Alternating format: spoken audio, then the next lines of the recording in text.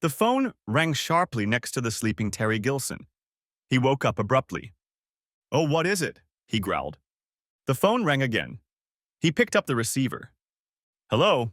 he muttered in a serious low cough. "Mr. Gilson?" "Yes." "This is Sergeant Preston from the Yukon County Police Department. May I speak to Mrs. Turvey?" growled an authoritative voice in Gilson's ear. "Who is this?" "Mr. Gilson, please put me through to Mrs. Turvey. This is a police emergency." Again, the clear and demanding tone. "Just a moment," Gilson muttered. He handed the receiver to the naked woman lying beside him. "For you." "It's the police," he said simply. "What?" She snatched the receiver from his hands. "Hello?" "Good morning, my dear unfaithful wife," came the all-too-cheerful greeting. "I hope you slept well last night after you and your lover finished having fun." "Oh my God, Mick. Mick, is that you?" "You can rest assured, darling. I called to give you some information you'll need." Mick, please," she tried. "First of all, you can throw away your house key. It doesn't work anymore. Also, I changed the code on the garage door opener." "Mick, please." "It's not what you think," she cried. "You don't know what I think, Sheila, but I didn't call to discuss it with you. I called to tell you that your credit cards will no longer be valid, and you can pick up your clothes and toiletries in the plastic tubs behind the side gate anytime you want." The voice became as cold as ice. No, Mick, please. Don't do this, please," my wife pleaded desperately. "It's too late, sweethearts. I've already done it." "But where am I supposed to go?" she exclaimed. "Well, in the immortal words of Rhett Butler, Fr. Ankley, comma. My dear, I don't care." The tube slammed angrily. I'd started this process weeks ago, but this particular morning was the decisive moment. If I hadn't been so sure she was asleep in Gilson's room, I wouldn't have even tried this trick. I was surprised at how easy it had been and how empty the moment had seemed. A cuckold's victory, I thought. Too little and too late. I suppose that's pretty apt to describe my situation. My name is Michael Mick Turvey. I am 43 years old, and I work as a sales representative for a building materials company. I have been with this company for over 20 years. Almost exactly 20 years ago, I married Sheila Pratt. We were to celebrate our 20th anniversary next month. I considered our marriage a success, for we had two wonderful children.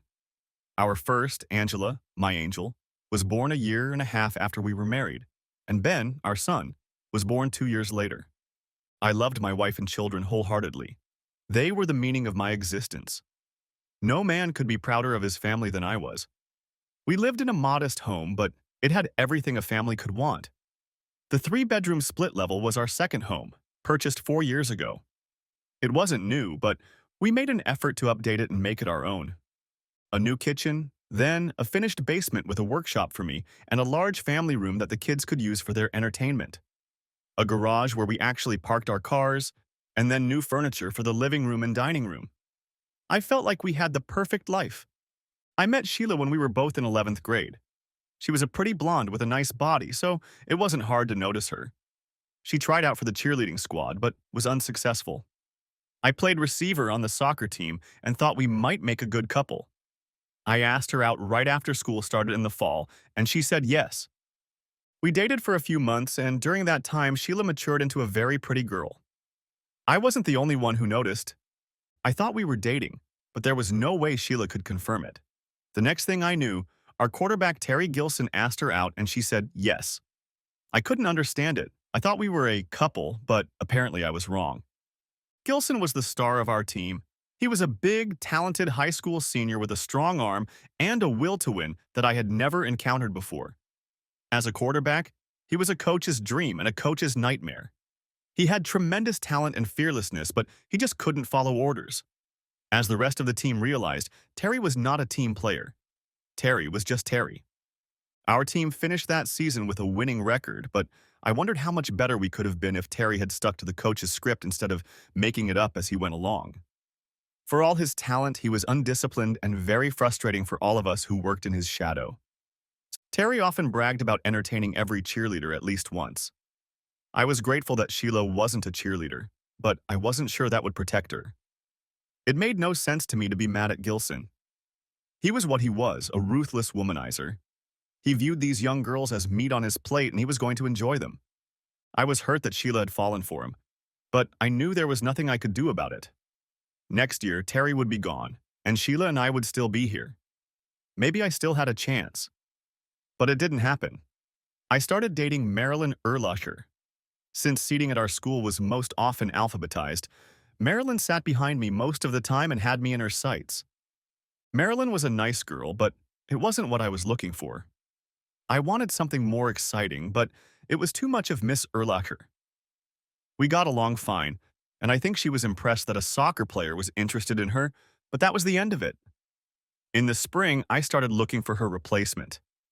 Meanwhile, Gilson had dumped Sheila in favor of some other girl, and she was available again. I thought about it, but given the way she dumped me, I decided to ignore her. By the end of the year, she had found someone else, and I was out again. In 12th grade, everything changed. Roger Davidson became the quarterback of our team, and he turned out to be everything Terry Gilson wasn't. He was a leader and the best team player. He looked at us to determine who could do what. I thought more than once that this guy could make a coach. He understood what it took to win and to get the most out of what the team had to offer. The result was great. I was catching passes like never before, and we were winning regularly. When Roger was on the court, he was quiet, narrating the game and making sure everyone knew how to act. It was all new to me, and I loved it. I continued to avoid Sheila, my ego still bruised from my affair with Gilson. I wasn't really surprised when Roger started dating her. For all his talent and leadership, he was a quiet guy, and it was hard not to like him. Oddly enough, I was okay with it. If I couldn't be with her, Roger was my choice. I think she felt the same way. Sheila wasn't the smartest girl in school. In fact, she got average grades and, like many of her classmates, got a job. She never had plans for college. She must have realized her limitations. She took a job as a bank teller at a shopping center. After graduation, I lost touch with her. I was going to college and already dreamed of playing soccer, drinking beer with the boys, and dating only the prettiest girls who aspired to be with the soccer hero. By Christmas, reality set in. I had failed 3 classes, and while I enjoyed every minute I spent on the soccer field, everything else on campus was not as enjoyable. There was no line of girls waiting to go out with me. Beer was downtown and expensive for my limited budget. Classes were torture, and it was hard for me to realize that the learning process was solely up to me. There was no one to keep an eye on me and make sure I was attending class or completing assignments. It was a completely different world. The grades posted on the board at the end of the semester were disappointing. I was facing expulsion. Well, I said to myself, next semester, no soccer and no girlfriends. I can do this. It wasn't easy. It was a whole new way of life for me. It was a struggle. I made it through, but not by much. With a year of college under my belt, I wondered if this was something I wanted to do for the next 3 years. If I had asked that question, the answer would have been an obvious no. I found a job in an office in the city, and every morning I would get on the bus, work my 9 hours, get on the bus again, and drive home. After a few months, I realized that this couldn't be my future. I needed something more. I lasted almost 2 years, but I was constantly looking for something better. If you were to ask me what my career would be when I graduated, I wouldn't have a clue. I certainly wouldn't categorize myself as a salesperson. In my mind, a salesperson is someone who goes door to door selling brushes, kitchen utensils, or magazines. That's certainly not me. I got a different perspective when I saw what industrial sales was all about. You had to know your product and show people that it was good, if not better than the one they were using, and then convince them to buy it. More importantly, the technical side was something I could get passionate about. It didn't take me long to realize that sales is a strategy. What do you have that the customer needs? Why would he want to buy it from you? I applied for a transfer to one of the operational branches and was given the opportunity to work in sales, that is, inside the company. That was the beginning, and the more I saw, the more I realized that this was what I wanted to do. I went to work, still not having a car and living at home. When I moved into the operations department, nothing had changed. I was a rookie with a small paycheck and took the bus to and from work. When I got my first paycheck, I decided to open a bank account. Up until that point, I had been living from paycheck to paycheck, and now things were about to change. For convenience, I chose a bank near the bus stop and walked in. As I approached the customer service counter, I stopped dead in my tracks. The young woman who was soon to serve me was named Sheila Pratt. I was a little worried, but since there were several other people ahead of me, I had a chance to calm down and think about what I wanted to say. I hadn't seen her in 3 years, but no matter how much I studied her, she was just as beautiful as I remembered her. It didn't take Sheila long to take care of the people in front of me. And then it was my turn. "Hi, Sheila," I said, stepping forward. She obviously didn't know I was in line and was surprised to see me in front of her. "Hi, Mick," she said after a moment's pause. "What can I do for you?" "I'd like to open an account. I need to transfer my paycheck into it." "Oh, sure. Let me get one of the staff to help you," she said, smiling. "Yes, thank you. It's good to see you again," I offered weakly. "Yes, it's good to see you too." The smile was genuine, it seemed to me. A week later, I went back to the bank to pick up my blank printed checks and saw Sheila again. This time, she was walking down the street, I realized, delivering mail. I watched her as I stood in line and wondered what was going on in her life. There was only one way to find out. Taking the box of checks from the service counter, I looked around for Sheila and saw her standing behind a side counter, clearly not doing anything. I walked over to her. "Hello again," I said, smiling. "Hi, how are you?" she asked. Her smile was the one I remembered from when we were dating. She was sincere, honest, and very attractive. "I'm doing well. I'm working at Polar Industries right now, doing sales," I offered. "Good for you. Do you like him? Does he have a good future?" she asked, looking interested. "Yes, I like the company and the products it represents. I guess I'm lucky." "Good, Mick. I'm glad to hear that." Sheila, would you like to have coffee with me? Or something else?" I asked hesitantly. "We could catch up?" "Sure, that would be great. I'll be free in a few minutes. Why don't you wait for me and we could go to the coffee shop next door?" she suggested. "Great," I said with a wide smile. "I'll be waiting out front on a bench." Thus began our reunion, and after a few dates, we were back where we were. I was 21 years old and just starting my career, and Sheila was looking for a husband. The following spring, I proposed to her and she accepted. A year later, in May, we were married, and we were both excited about our future. A year and a half after the wedding, Angela was born. From the day she was born, she was a daddy's girl. When she was little, if she was upset or crying, I would take her in my arms, she would calm down, smile at me, and all was well again. I always thought I wanted a son, but Angie was everything I could have ever wanted. Our son, Ben, was born 2 years later, and I was happy as only a father can be. Sheila was Ben's special parent, and I was Angela's special parent. It was the perfect family, I thought. Sheila often told me the same thing. She was happy and content with our lives, she told me. We had our moments, but they never lasted long, and I knew I was lucky. I had a wonderful wife and 2 wonderful children. Right after Angie was born, I was given a sales territory, and I was over the moon. I fell into the job like a duck into water, and within a couple years, I was making almost double what I started out making. Success breeds success, and now I was earning much more than I expected when I started at Polar. 5 years later, we were able to buy our first house. It was a small bungalow, but it was ours alone. Sheila spent hours leafing through magazines looking for the right things. Angie and Ben contributed too, but it was Sheila who chose the decor and colors. I just stood in admiration of how my family came together. We celebrated our 10th anniversary at the same house, and over 30 people showed up for the anniversary party. I was proud of my accomplishments, but I was even prouder of my family. My children were well-behaved and excelled in school. My wife was an exemplary hostess and mother. Both parents believed that the sun and moon revolved around us. What more could I want? When Angie turned 14, she started menstruating. At first, Sheila was happy to help Angie understand what was happening and how to deal with it. Things went well for a few weeks, and then I noticed a change. Angie didn't seem to be as close to her mother as she used to be. It wasn't an obvious change, but to me, who was close to my daughter, it was noticeable.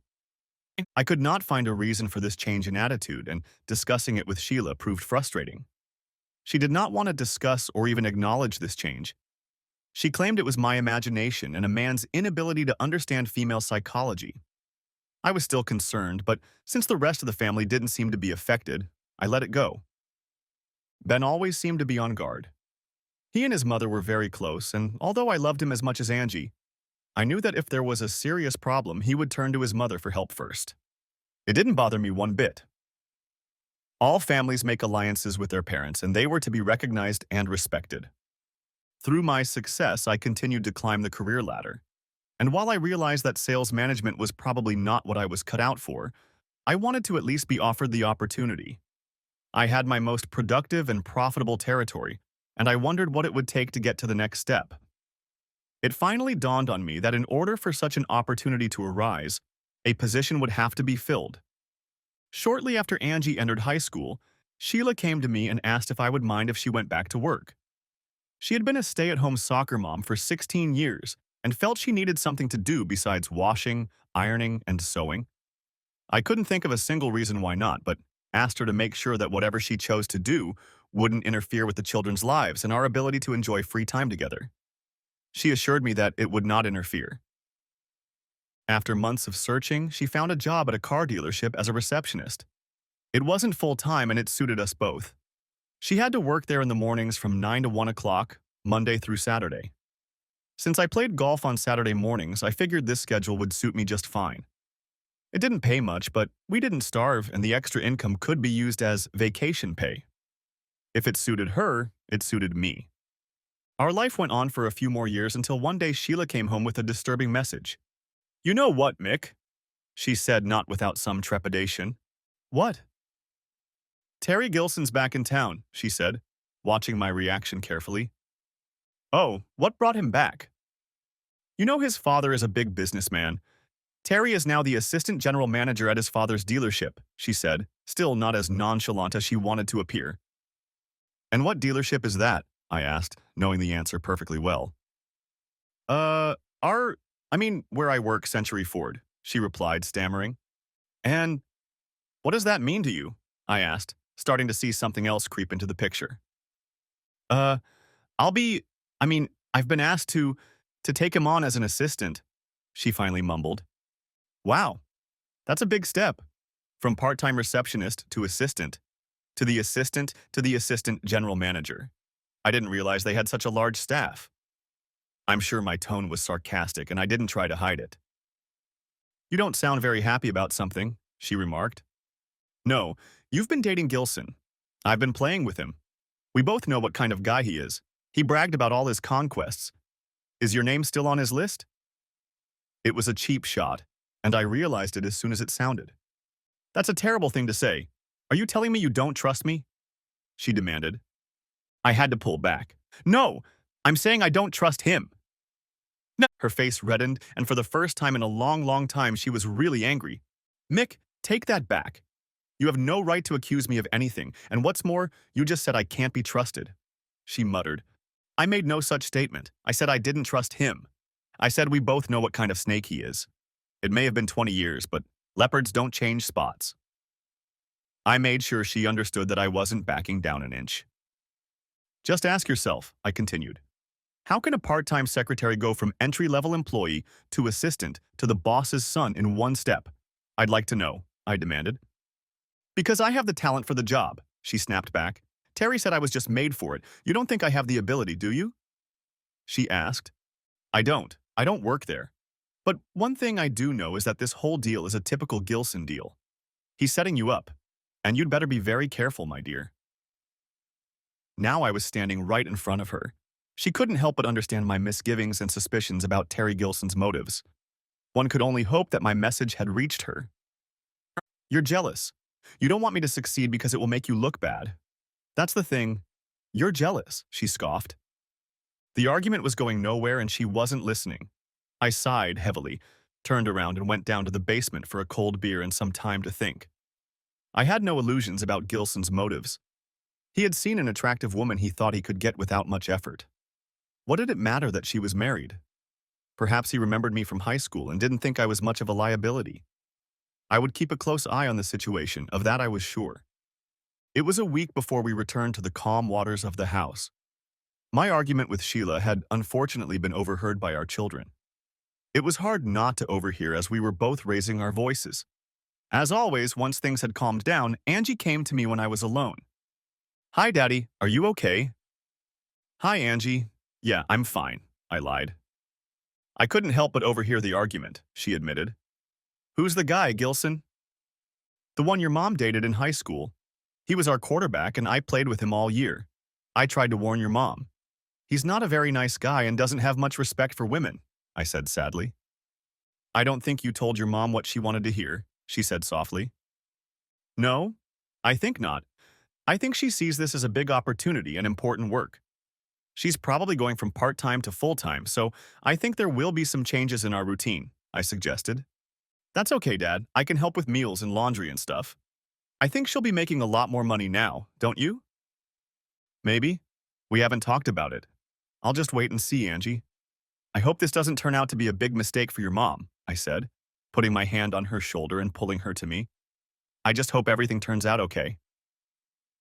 As I'd suspected, it was a full-time job, and the pay was more than double her previous earnings, so in that respect she was handsomely rewarded for her role. However, I had my doubts about the job. When I cautiously asked Sheila what she did during the day, she answered vaguely, but what I heard sounded very unstructured. If I interpreted her words, it sounded like she had to resort to getting help when Gilson called. As time went on, I cared less and less about her job. She left for work a little before 9 every morning and got home shortly after 5 in the evening. No overtime, no special assignments, just routine work. As a result, we didn't have to sacrifice much. My workday was longer than hers, and I would often be home after 6 and leave at 7 in the morning. I didn't have time to get up, and so my family time was limited to evenings and weekends. Our life could never be called hot. It just wasn't Sheila. Even if we did it a couple times a week, it was plain vanilla. I tried to get her interested in other things that were a little different, but she just wasn't interested. Since we were doing it twice a week, I couldn't complain. After Gilson came along, I kept a close eye on the changes in our intimate life, but there was nothing unusual about it. We were doing pretty much the same things we had been doing before. I always tried to get along with the neighbors. It makes life so much easier. The McDonald's on one side of us were quiet and rather elderly people. Their children had grown up and moved away, and we didn't have much in common with them. We were polite and helped each other if needed, but otherwise we were not close. The Romanos who lived on the other side of us were very different. Their children were younger, and Angie often babysat for them during the first few years we were there. We got along very well with them, and often had backyard barbecues and card parties at each other's houses. Jimmy and Felicia were probably our best friends. Jimmy was an accountant and worked at the big GM dealership in town. I had already forgotten about it, but when he drove home in a rented van with the name of the dealership on the side, I remembered. One late Sunday morning, Jimmy was mowing the lawn before mowing, and I walked up to him for a minute to talk. "Hey, Jimmy, how's it going?" I began. "Well, the usual. I guess everything's okay," he grinned. "Yeah, same old, same old. Say, I have a question for you." I did my best to make it sound casual. "Shoot." "You work at a large dealership. Does the general manager usually have an assistant? Assistant general manager?" "Yes, large dealerships usually have someone to back up the boss when he's not around." "Wait a minute. Would that assistant have the same kind of assistant as, say, Friday Girl?" He looked at me strangely, and then I saw a few light bulbs come on. His face got funny, and he looked very uncomfortable. "Not usually," he finally said. "I didn't think so," I said, nodding. "Thanks, Jimmy." I turned and headed back toward the house. My suspicions were confirmed. "Mick?" he called out to me. I stopped and turned around as he came toward me. "I know what you're thinking. I have some acquaintances there. Let me see what I can find out about KT," he said in a low voice. I stared at him for what seemed like a very long time, then nodded. "Thanks again." I don't know why, after all that, I asked Jimmy that question. Perhaps I was afraid of the answer. There hadn't been the slightest hint that anything was going on, but apparently the thought had kept me on my toes, and still does. Jimmy knew who Sheila worked for and what her position was, but he never said a word about it. I just stumped him, and he reacted the way a good friend should. And even though Sheila was no longer working on Saturday morning, I continued to play golf early into the morning. The Saturday following my conversation with Jimmy was cool and windy, but at least it wasn't raining. I played with our usual foursome, and none of us played very well. The wind was adding to the cold, and none of us were very comfortable. We were all happy to finish the round and get to the clubhouse. As usual, we met at the 19th hole after the break, and the winners toasted the losers. Today, my partner and I were the winners. As I entered the lounge, I saw Jimmy Romano sitting alone at a table by the TV. He was sipping a drink, so I approached him. "I didn't know you played golf," I said with a smile. "I don't know. You know me better than that," he laughed.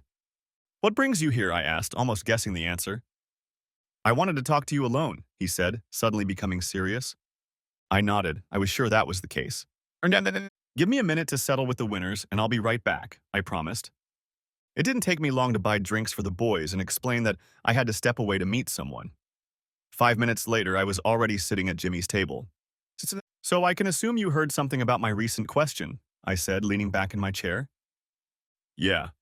I wish I had better news, Mick. I really wish it was," he said sadly, almost not looking me in the eye.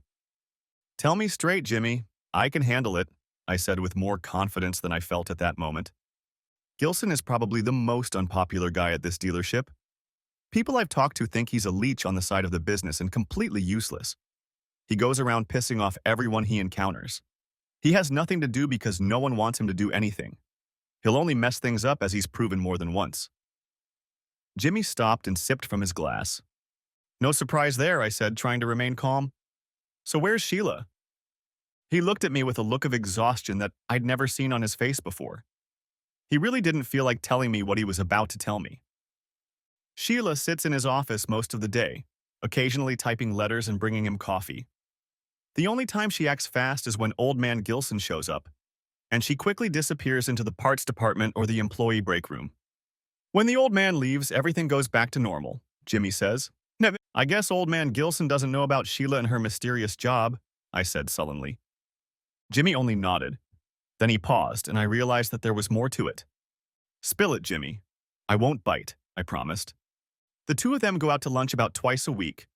They leave before noon and don't get back until 2 or 2:30. "Since she works there?" I asked, completely shocked. "No. It started a few months later," he suggested. "One day, one of their slick traveling salesmen followed them. They went to the Carlton Hotel on Banner Road. A long way for lunch," I suggested. "Mick, there's no restaurant at the Carlton," he said in almost a whisper. I felt everything inside me clench. I was locked in place, unable to move. I could hear my own intermittent breathing, trying to get my thoughts in order. Although I suspected this might happen, I wasn't prepared for it. I don't remember how long it took before I was able to form a coherent thought. "I'm sorry, Mick. I really didn't mean to be the guy who—" he muttered. "I know," I whispered hoarsely. I didn't want to hear it either. We had another drink with Jimmy and reminisced about the good times our families had spent together. There were a lot of happy memories, but we felt like we were saying goodbye to each other. I think we both realized that things would never be the same again. I could feel that pain in my gut, and it hurt. I drove home, preparing to see Sheila and thinking about how I was going to handle this revelation. I had been strangely calm with Jimmy, and it seemed odd that I would be able to handle this devastating news. I tried to imagine any scenario that would make their afternoon visits to the Carlton anything other than intimate, but realized it was unlikely. What was on the surface was still there. It wasn't until I was halfway home from the golf club that I started to get angry. My mind was spinning 1,000 random thoughts at once. My emotions were in turmoil until it all came down to one horrible fact. She had cheated on me, and cheated on me many, many times. I was a fool, even though I knew the possibility existed. She made a fool of me and didn't even blink an eye, without the slightest sense of guilt. Day after day, she made me a cuckold. It was then, after that realization, that anger was born in me. I pride myself on my sound judgment and not being prone to rash behavior. I pulled over to the curb a few blocks from my house because I knew I was in no condition to walk into my house and confront Sheila. Moreover, it wouldn't be the smartest thing to do. Moreover, I was sure it wasn't. If I thought it was just a one-time affair, I would have accepted it and we could move on with our lives. But it wasn't. Apparently, it had been going on for a year. All this time, Sheila had been playing the role of a happy housewife with a loving family. It was a deception of a very high order. Sitting in my idling car, I decided that this called for a very high measure of retribution. I would behave as normally as possible, but on Monday, I would begin the process to put an end to this farce and exact my revenge. I am determined that I will cause Terry Gilson and Sheila Pratt Turvey as much harm as possible. I will act in accordance with the rules and the law, but I will do everything I can to bring them both down. The rest of the weekend passed with excruciating politeness on my part.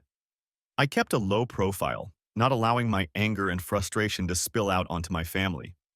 There was plenty of time for that when all the pieces of the puzzle fell into place. I counted the hours until Monday morning.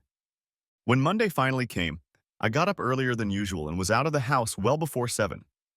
I knew I had a few hours before I could get to work on my problem, but I wanted to get out of our house as soon as possible that morning.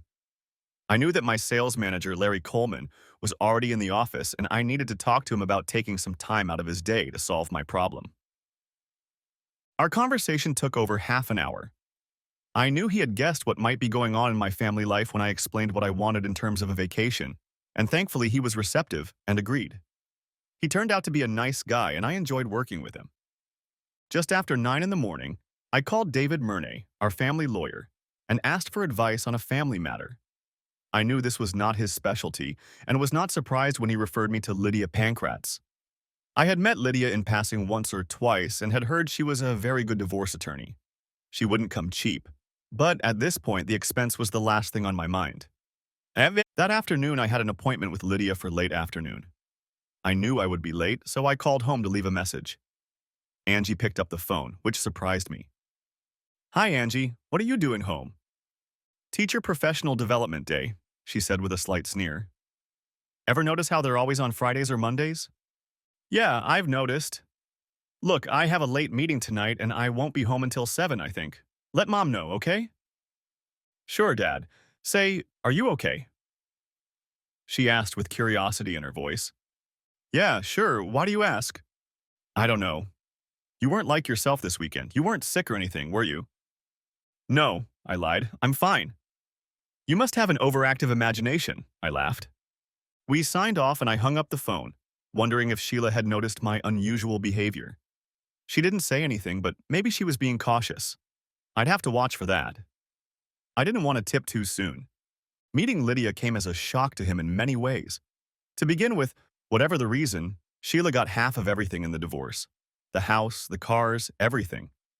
The only good news was that her income was such that I probably wouldn't have to pay alimony if I could prove infidelity. Judging by her reckless behavior, I doubted I would have any trouble getting proof. As for the children, I would have to prove abuse, neglect, or some other horrible crime to get custody. In this jurisdiction, children were almost always given to the mother. Angie was 18 and could make her own decision, but Ben was only 16 and would have to spend almost 2 years with his mother. I felt bad, but Lydia said I probably couldn't change anything. It's just the way the system works. That's when things got interesting. Lydia knew about my overwhelming desire to punish both Sheila and Gilson and said she could help. Since Gilson was her boss, I could sue both him and the company he worked for as co-defendants in the divorce case. In other words, since so many people knew about their little game and did nothing to stop it or report it, we could sue them for a very large amount of money. And even better, none of that money would go to Sheila. Lydia said she would make inquiries about Century Ford and begin the paperwork for the divorce proceedings. At this point, the question of the cause of the divorce remained open. I was to decide whether it would be irreconcilable differences or infidelity. Lydia suggested that since their liaisons were so predictable, it would not be difficult or expensive to get some photographic evidence to bolster the case. I told her I would think about it. When I got home that evening, I was greeted by a happy Sheila who informed me that my dinner was already in the oven and poured me a glass of wine. I was immediately suspicious. Such behavior was unusual for her. I went upstairs, changed my clothes, washed my face, and went down to dinner. When I sat down at the table, Sheila sat down as well, also with a glass of wine. "I have some interesting news, Mick," she began with a wide smile. "Huh?" "I've been invited to the regional dealer convention next month in Marysville," she said proudly. "Really? Just you?" I asked, almost knowing the answer before I even asked it. "Well, no. Terry and Kurt Jenkins are coming too," she said with some nervousness. "Oh, I see. And how long does this convention last? 3 days. Thursday, Friday, and Saturday. I'll be back on Sunday. Now the nervousness was fully evident. Humph. Sounds like you're looking forward to it, I grumbled. Yeah, this will be my first convention. I'm sure I'll learn a lot. She changed instantly. Now she had that happy enthusiasm in her again that she had a moment ago. Yes, I don't doubt that, I replied with a touch of sarcasm.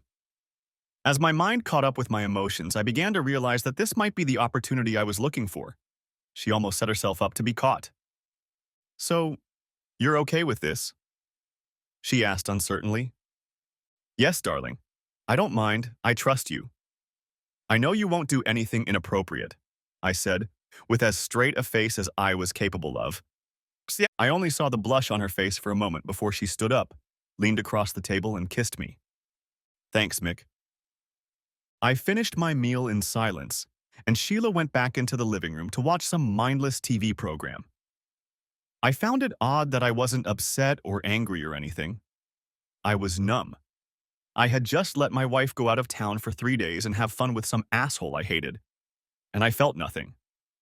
The next 2 days went fine, just normal.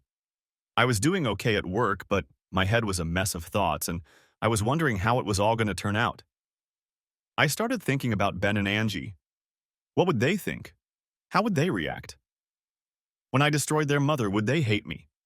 I couldn't think of a way to protect them from what I was about to do, other than to call the whole thing off and let Sheila continue doing what she was doing. Deep down, I knew I would never let that happen. Thursday morning, Lydia called me at my office and asked me to meet with her after lunch. We set a time for 3, and I arrived early. I wanted to bring her up to speed and start the process. I made a few decisions. Lydia, something interesting happened on Monday. Sheila told me that she has been invited to attend the Regional Ford Dealer Convention in 3 weeks in Marysville. It won't surprise you to learn that she's going with Terry Gilson and another guy from their office.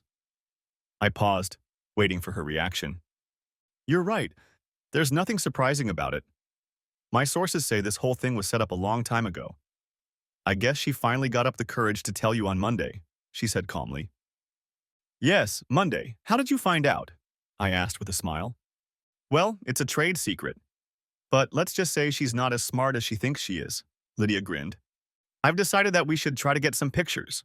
Will that allow us to file an infidelity report? I asked. Yes, definitely. Now we know they use the same hotel room every time. That's silly. My friend is getting some photographic evidence this week, and that'll be enough to make a case. But that's not all, she grinned. I watched her satisfied smile and waited for the next bit of news. Century Ford is owned by Terry Gilson's father, Knox Gilson, as you probably know. I know there is a morals clause in every employee's contract, and this will make additional litigation much easier for us. In fact, it will be a piece of cake, she smiled slyly. How much do you think we can get them for? I asked, feeling an evil streak awaken in me. Well, probably between $500,000 and $1 million, but of course we'll ask for a lot more. God knows Father Terry can afford it, she laughed. I really like the sound of that. I guess the only bad thing is the kids. I can protect Angie, but I can't do anything for Ben, I said, suddenly realizing how fast things were moving.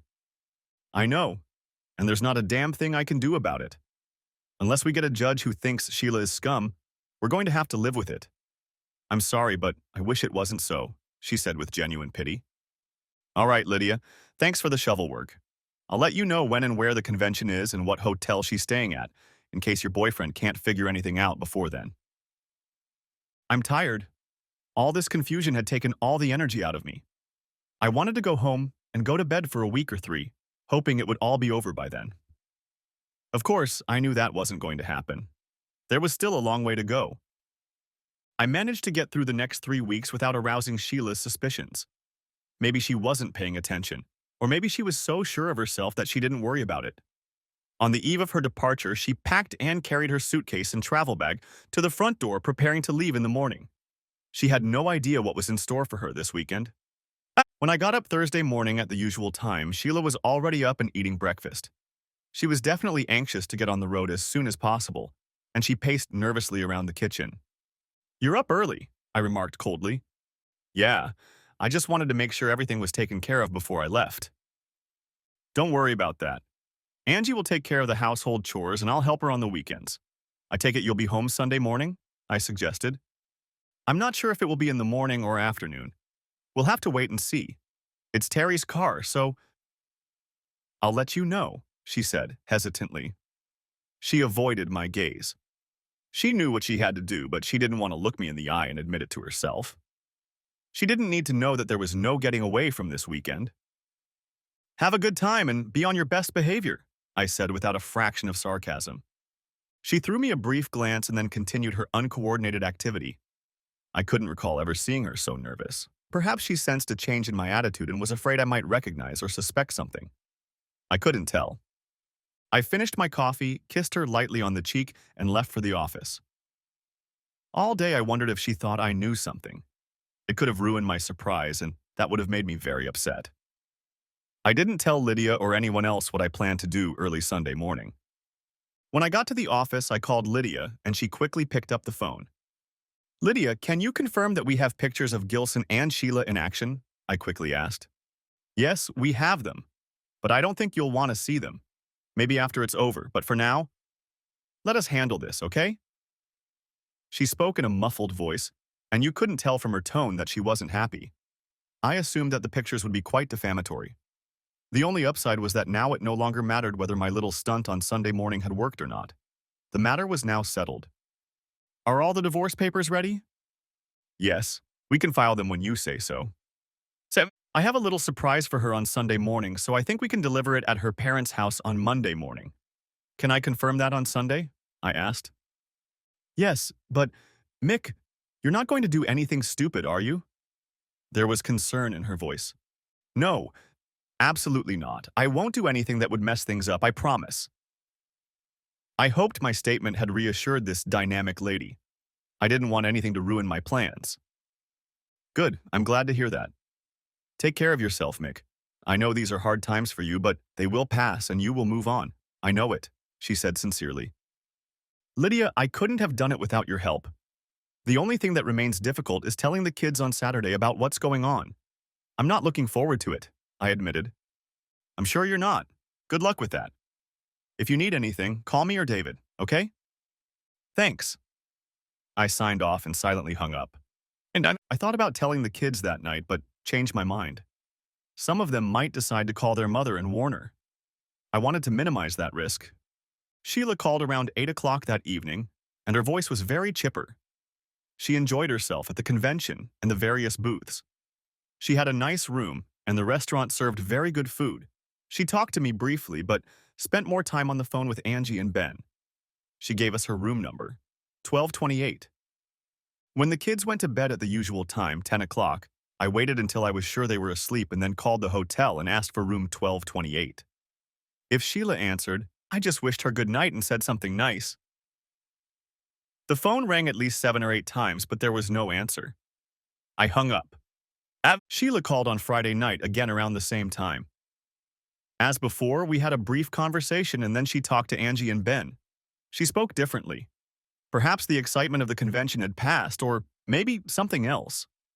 On Saturday, she called early, just before 6 o'clock. Luckily, we were all home. Once again, our conversation was short and not very personal. She was going out to dinner with a large group and, according to her, wouldn't be home until late. I wasn't displeased. I was relieved. When Angie, Ben, and I sat down to dinner, the table was very quiet. We all seemed to be immersed in our own thoughts. Finally, I realized that I couldn't put it off any longer. We cleared the table, put the dishes in the dishwasher, and I turned to them both. Kids, I need to talk to you about something, I began. Ben and Angie looked at me, and I sensed that they had an inkling of what it was about. There's no easy way to say this, so I'll just tell you what's going to happen. I reached into my pocket and pulled out 2 shiny new house keys. These are your new keys to this house. The only person who has them is me. Your mother is not coming back to our house, I finally forced myself to say.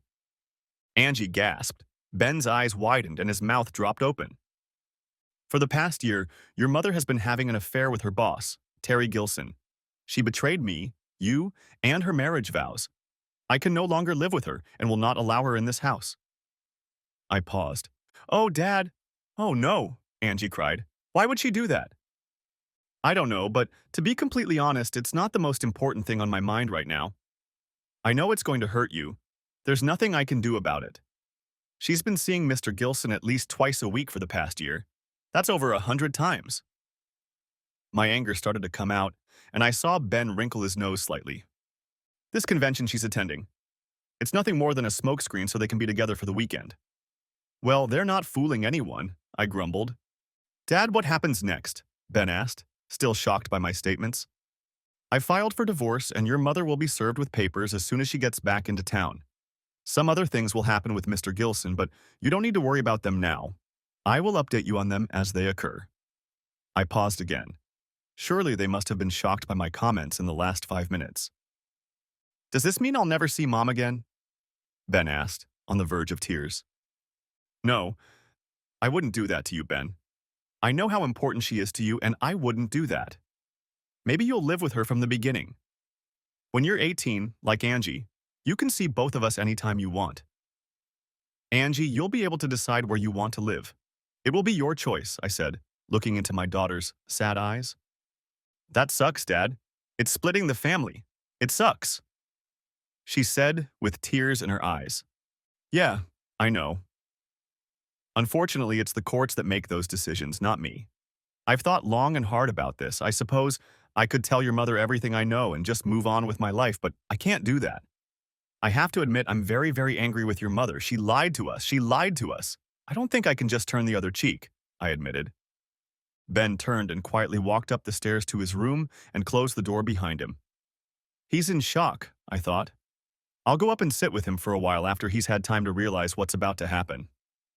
I turned to Angela and she looked at me sadly and then stepped toward me and hugged me. I'm so sorry, Daddy. I know how much it hurts.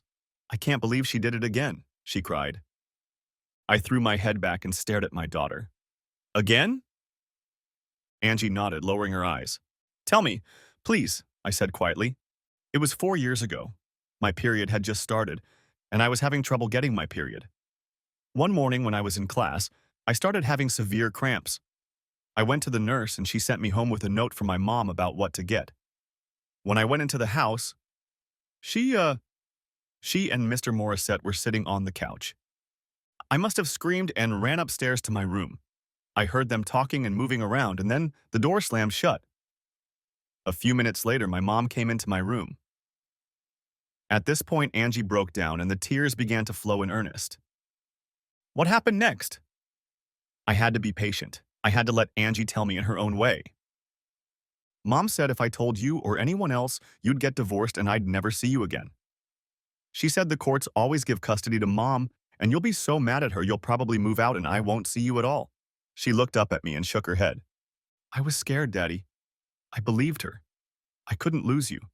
Not then, not ever again. I guess I promised Mom I wouldn't tell anyone. Except Ben? I haven't told anyone until now. I put my arms around her again and pulled her to me. That conniving bitch had used Angie's love for me against herself and blackmailed her into silence. So Gilson wasn't the first and he wasn't the only one. I began to wonder how many there could have been. How could I have been so stupid? How had she managed to pull all this off without me suspecting a thing? Had I been so stupid that I hadn't noticed what was going on? Or was she smarter than I gave her credit for? Angie, I don't know what to tell you except that I love you. I'm going to do everything in my power to be a good father, no matter what happens in the future. You're old enough to make your own decisions.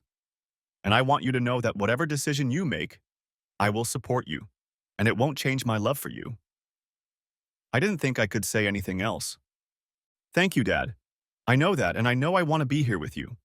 You need someone, and I think you're stuck with me. She smiled through her tears. We hugged again. I think I better go upstairs and talk to Ben. I'm sure this is going to be really hard for him to get over. You said you told him about Mr. Morissette? Yes, about a month after it happened. Ben said she was acting strange, and he noticed that Mom and I were avoiding each other. I told him about what I'd seen. And how did he react? I asked. Yeah, funny, like it wasn't a big surprise or maybe he suspected something, Angie replied thoughtfully. I was sure he'd think I was lying, but he didn't say anything at all. He just pouted his lips and kept it to himself. I nodded and stood up, heading for the stairs and Ben's room. I knocked softly, then turned the knob and gently pushed the door open. Ben was sitting on the bed, staring blankly out the window. It took a few seconds before he acknowledged me, but he still didn't say anything. "I'm sorry, Ben. You know I wouldn't hurt you if I could help it. I hope you understand I couldn't leave it at that," I said quietly. He nodded and turned to me.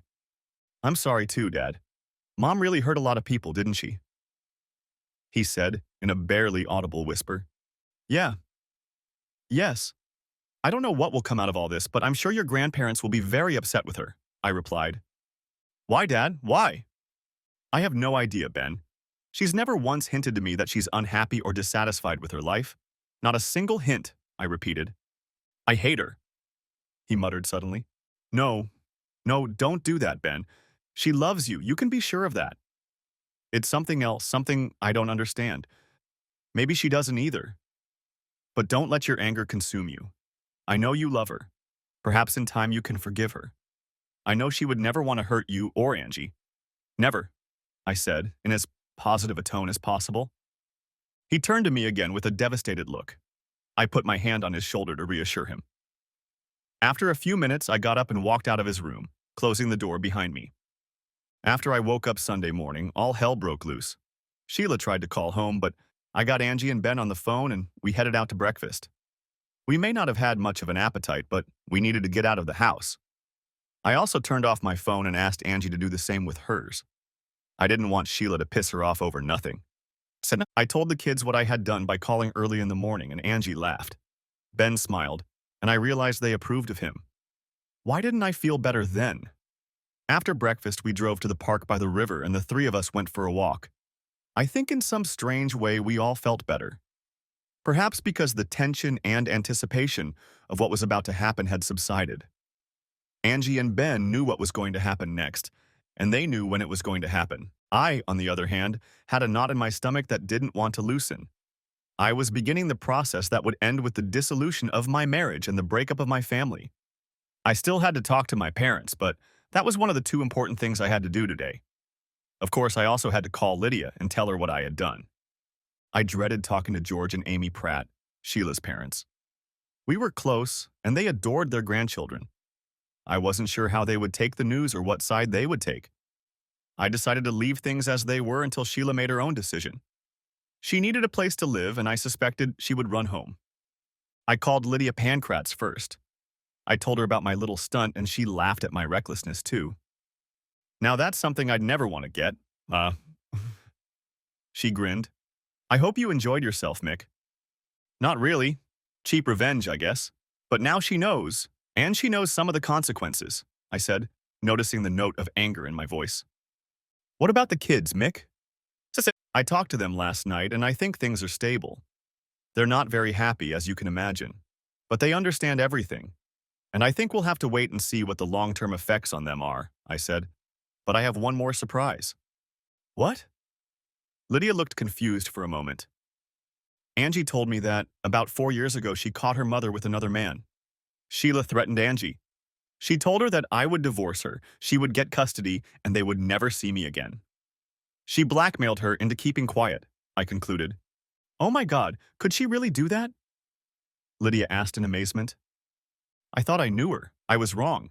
I don't know her at all. She's just a disgusting woman," I said, more with regret than anger. Lydia was apparently contemplating what to do next. After a few moments of silence, she spoke again. "Stay close to Angie and Ben, Mick. They need you to be there for them. It's going to be hell for them for a while. Be there for them," she concluded. "Thanks again for your help, Lydia. As soon as I know where Sheila ends up, I'll let you know and you can attend to her." We signed off, and I slammed my cell phone shut. It was going to be much harder to get through to my parents now. The conversation with my parents was frustratingly short. I described the situation, and their first reaction was concern for Angie and Ben. I related that I had spoken to them last night and that they were fine today. This seemed to reassure my mom, and both said they would talk to us later when things had settled down. I wondered when that would happen myself. I turned the phone off again. It beeped, letting me know it was expecting a call, and I was sure it was Sheila. She wasn't on my list to talk to today. Angie, Ben, and I sat down on a picnic bench in the park, and I explained that I didn't want to be near our house for the next few hours. I expected their mother to rush home and try to get in. Finding that her key was useless, she would surely raise a ruckus. I suggested we go out of town and stay there until a late dinner and then come back. They agreed, and we discussed where we could go. There was an open-air fair in a small town a few miles south, and we decided to see what it was all about. The fair turned out to be very interesting and fun. We had a few hot dogs to snack on and overall enjoyed the old-fashioned country fair. It took our minds off our problems and allowed us to think about something else. We didn't get back into town until almost 7 and stopped at a nice restaurant for dinner. We knew that sooner or later we would have to face the changes in our lives, but this last day, we could take our minds off of it all and find some peace and quiet. When we got home, it was almost 9 o'clock. Sheila was nowhere to be seen and the house was dark. I parked the car in the garage and we went inside, turning on the lights as we went. Nothing had changed in the house since we left for breakfast this morning. The kids had gone to their rooms and were getting ready for bed. I turned on the TV, but there was nothing interesting on, so I went to bed as well. It was a restless night. I didn't know what tomorrow would bring. I knew that my phone call and serving the divorce papers would have consequences. It was only a matter of time. Monday morning, I reconnected the phones again. I didn't expect to hear from Sheila so early. My mistake. Almost immediately, the phone rang. We didn't have caller ID, so I had no idea who would be calling this early. I decided to tempt fate. Hello. It was a cautious greeting on my part. Mick, please. We need to talk. I was Sheila, of course. What is there to talk about? I asked in a low voice, trying not to disturb the kids. Oh my God, Mick. I'll tell you this, I can explain it. It's not what you think, she moaned. That's the second time you've said that. What do you think I think? I challenged. It wasn't like an affair. It was just a stupid mistake. Don't ruin our marriage over a stupid mistake, she pleaded. You must think I'm the stupidest person on the planet, Sheila. I know for a fact that you've been having fun with Jerk Gilson for a year, no less. And now, I know that Francis Morissette is one of your buddies. We've got pictures and all the proof we need. It won't be pretty, Sheila, and you have no one to blame but yourself. I promise it's going to be ugly. With those words, I hung up and disconnected the phone again. When I got to work, I informed Larry Coleman that I was divorcing my wife, and if she called, I would ask him not to transfer the call. He agreed and immediately went to Gloria's switchboard to inform her of our request. I went back to my office and tried to burrow into the papers on my desk. Everything was going well until about 11 o'clock in the morning when the phone rang. It was George Pratt, my father-in-law. Good morning, George. I can guess why you're calling. I apologize for not giving you and Amy advance notice, I said preemptively. I think I understand, but I'd like to hear it from you, Mick. You've always been honest with me, so tell me what the hell happened, he asked reproachfully. I recounted to Sheila my warnings about Gilson, what I had learned about her affair with him and her other connection with Morissette. When I finished with a condensed version of her activities, a long silence hung on the line. My God, he finally said slowly and quietly. I had no idea she was capable of such a thing. Are you absolutely sure about this, Mick? He asked, hoping there was a glimmer of relief in his words. I'm very sorry, George. I'm afraid I'm not only sure, but I have photographic evidence, I said, feeling sorry for this fine man. He deserved better from his daughter. She's staying here for now, Mick. Are you planning to start divorce proceedings? Yes, all the paperwork is ready. She'll be delivered either at work or, well, sorry, but it can happen at your house, I apologized. I understand. I don't mind telling you that it will hurt not only her, but her mother as well. I know it's not your fault, but anyway, it doesn't matter. I hope we'll still enjoy visiting our grandchildren, Mick, he finished hopefully. Of course we will. This isn't about you or Amy, George. I would never do that to you or the kids. You're always welcome here, I said sincerely. Thanks, Mick. I'm sorry, but thanks, he said sadly, and hung up. When I put the phone back on the stand, I was emotionally drained. I expected there would be more moments like this in the coming weeks and months. I had to prepare for them. I learned that Sheila had gone to work that morning and surprisingly hadn't lost it yet. Gilson had no idea that all of this would come crashing down on his head at some point and apparently decided to let it go. When Lydia confirmed that my wife was on time for work, she sent a bailiff to her, and no sooner had she had her morning coffee than the divorce papers were in her hands. According to observers, she immediately snapped and ran out of the building. I assume she ran to her parents' house. But that wasn't the most interesting part. Shortly thereafter, Terry Gilson and Knox Gilson were served with court orders stating my intention to sue for damages based on alienation of affection and willful disregard of corporate responsibility, specifically failure to comply with the morals clause in specific employee contracts. The claims included punitive and compensatory damages in the amount of $5 million. The circus had begun. Reconstructing the story much later, I learned that Knox Gilson had set up a showdown with his son Terry and practically cut him off. No more easy jobs, no more rescues from situations with angry husbands, and, unless he pulled himself together, no more inheritance. Knox had indulged his son for the past 20-odd years and was finally on a roll. Sooner or later, this rising teenager had to get back on his feet. Terry did the completely predictable thing. He went out and got drunk. Since he was kicked out of the car dealership, he had nowhere to go but back to his townhouse. He disappeared into this cave for days.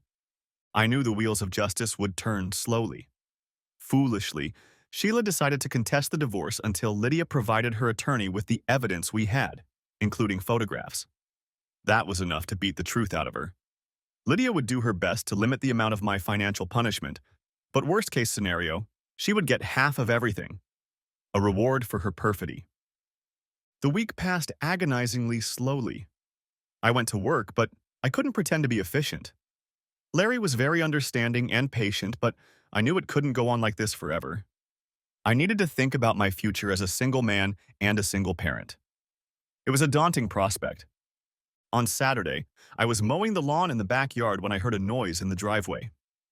A car door slammed, and seconds later I heard someone pounding on my front door. Neither Angie nor Ben was home, so I walked around the side of the house and ran head-on into Terry Gilson. He looked like he'd been dragged behind a farm tractor for several miles. He was a mess, but at one look at his face, I knew it wasn't good. That was the last thing I remembered before he hit me with his big right fist. The next thing I remember was waking up in the hospital. I wasn't fully awake, but I was starting to experience small bouts of unconsciousness. I was lying on my back and felt a numbing pain from my head to my groin. Apparently, it took me over 24 hours to finally regain consciousness. I floated to and fro, barely picking up scraps of the present and the now. At one point, I realized that there was someone beside me. I felt someone's hand, but I couldn't open my eyes, or at least I didn't want to. They were like two marbles rolling around in the bottom of a tin can. I heard a strange voice, but although it was familiar, I couldn't connect it to my memories to see who it could have been. I tried to remember what could have brought me to that place, and after a while, I remembered Gilson's face and then his fist. A day or so later, I found that my mom and Angie were at my bedside almost the entire time I was in the ICU. I tried to smile at them, but it hurt, and I hoped they realized how grateful I was to have them around. I think I heard Angie say that Ben was coming over after school, and I tried to smile again. Just thinking about it hurt. It was over a week before I recovered enough to talk to my doctor. He started literally from the beginning. I had a concussion from hitting the wooden frame of the garage door when Gilson hit me. I had a dislocated right shoulder and a badly bruised upper right arm. I had 3 and possibly 4 broken ribs. My kidneys were badly bruised and other internal organs were even more bruised. My testicles were badly swollen, and it was feared that I might lose one or both of them. Finally, I had my spleen removed when it was discovered that it had ruptured. My injuries were the result of a single punch from an enraged Terry Gilson, followed by systematic kicking as I lay unconscious on the ground. What saved me was that Felicia Romano, who witnessed most of the altercation, screamed bloody murder from her kitchen window, causing Gilson to look up and realize he was being watched. He rushed to his car, pulled out of our driveway, and rubber-tired the entire block. Felicia had the good sense to call 911, and that's how I ended up in the hospital. Gilson was identified by Felicia and another neighbor who recognized his license plate number when he sped down our street, nearly hitting a mother carrying a baby stroller. There aren't many white 1964 Ford Galaxy convertibles in our town, And a couple hours later, Gilson was seen leaving a bar and driving away inadequately. To top off all the woes, Gilson was arrested for DUI and resisting arrest. He just didn't know when to quit. When they put him in a cell, they matched the assault complaint filed by Mrs. Felicia Romano and my hospitalization. After questioning Felicia, they charged Gilson with aggravated assault, assault with intent, and criminal trespassing. He was in deep shit, and it couldn't have happened to a nicer guy. When he called his dad from prison, Knox Gilson didn't pick up. I wish I could have been there, but I was unconscious and lying on the operating table having my spleen removed. 2 days after I began having permanent epiphanies, a plainclothes officer came to me and asked me to testify. I told him everything I remembered, which wasn't much. A face red with anger and a big fist. He asked what might have prompted the attack, and I told him about Terry's affair with my wife, the divorce, and the lawsuits. He nodded a couple times and thanked me, then left. Epilogue. The property division decision in the divorce was not too favorable to Sheila. I will be buying her share of our house. She was awarded the absolute minimum and no alimony, as well as an emphatic lecture on her contribution to my injuries. Knox fired both Terry and Sheila. She was on the job hunt when our divorce became final. Her name was toxic in some circles, and I doubted she would ever find a decent job in our town. Ben lives with Sheila, but from what I gather from Angie's words, their relationship isn't what it used to be. I see Ben every week on weekends. We got a break from the judge. He seems to be getting stronger, but he's not the same kid I remember from better times. Angie is Angie. She's my girlfriend and makes sure I'm on top of things.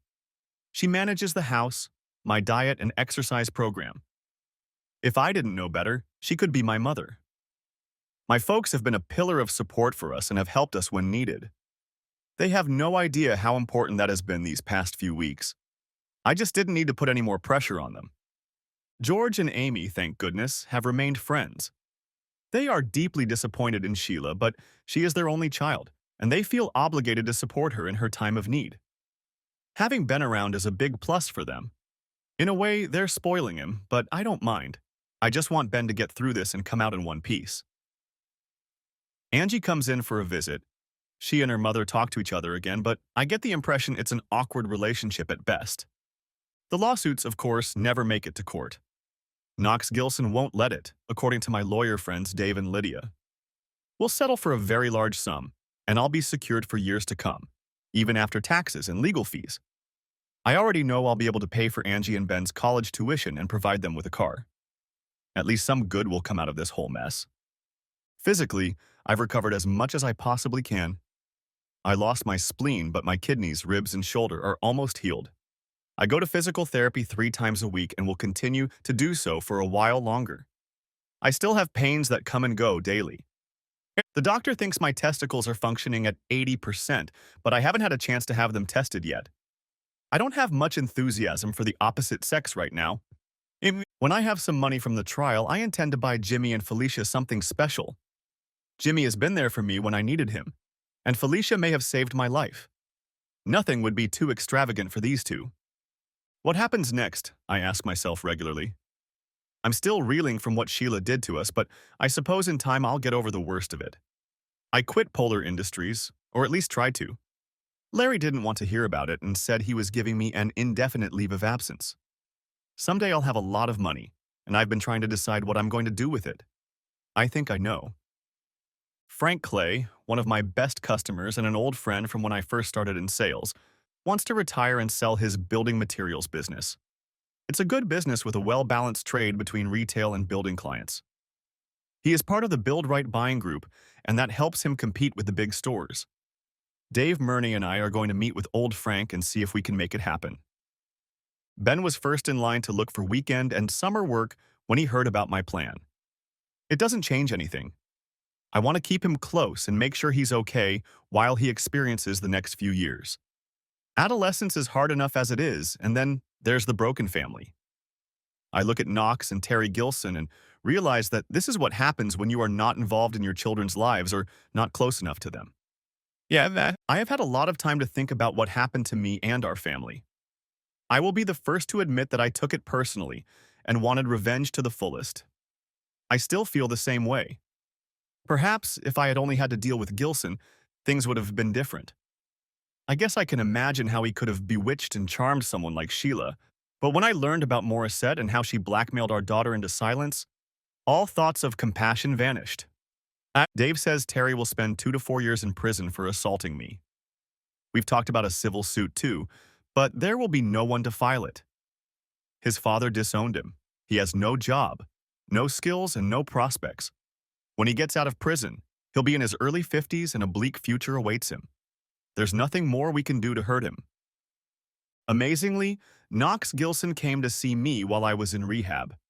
He apologized for everything that had happened and for his deadbeat son. I accepted his apology as sincere. He was well aware that the emotional damage his son had done to me was accompanied by physical damage.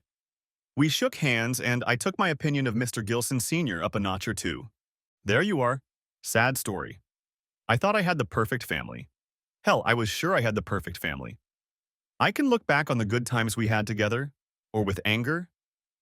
Maybe someday I can do the former, because right now I'm still dealing with the latter. Thanks for watching. Hope you enjoyed it.